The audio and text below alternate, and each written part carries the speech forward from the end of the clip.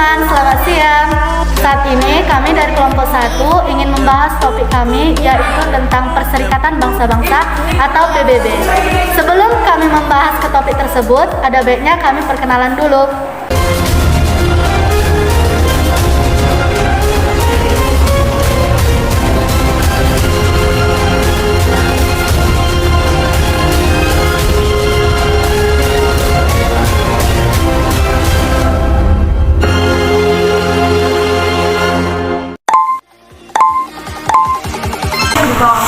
Perserikatan Bangsa-Bangsa disingkat sebagai PBB adalah organisasi internasional yang didirikan pada tanggal 24 Oktober 1945 untuk mendorong kerjasama internasional.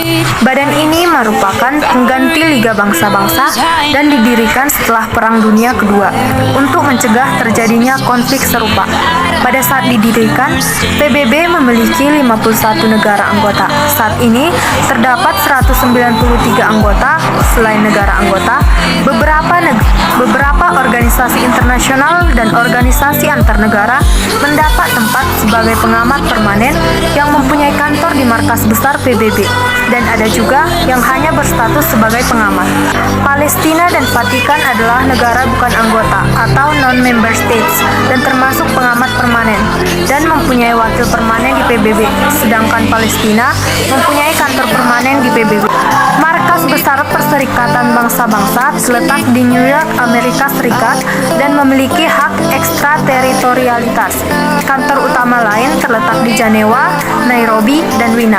Organisasi ini didanai dari sumbangan yang ditaksir dan sukarela dari negara-negara anggotanya. Tujuan utama PBB adalah 1. Menjaga perdamaian dan keamanan dunia. 2. Memajukan dan mendorong hubungan persaudaraan antar bangsa melalui penghormatan hak asasi manusia. 3. Membina kerjasama internasional dalam membangun bidang ekonomi, sosial, budaya, dan lingkungan. 4. Menjadi pusat penyelarasan segala tindakan bersama terhadap negara yang membahayakan perdamaian dunia. 5. Menyediakan bantuan kemanusiaan apabila terjadi kelaparan, bencana alam, dan konflik bersenjata. Peran Indonesia dalam PBB. Indonesia menjadi anggota PBB sejak 28 September 1950 dan merupakan anggota ke-60. Namun, pada 7 Januari 1965, Indonesia keluar dari keanggotaan PBB sebagai protes atas masuknya Malaysia sebagai anggota tidak tetap Dewan Keamanan PBB. Baru pada 28 September 1966, Indonesia pun kembali menjadi anggota PBB. Adapun peran Indonesia dalam PBB antara lain: 1. Indonesia ikut serta dalam memelihara perdamaian dunia. 2.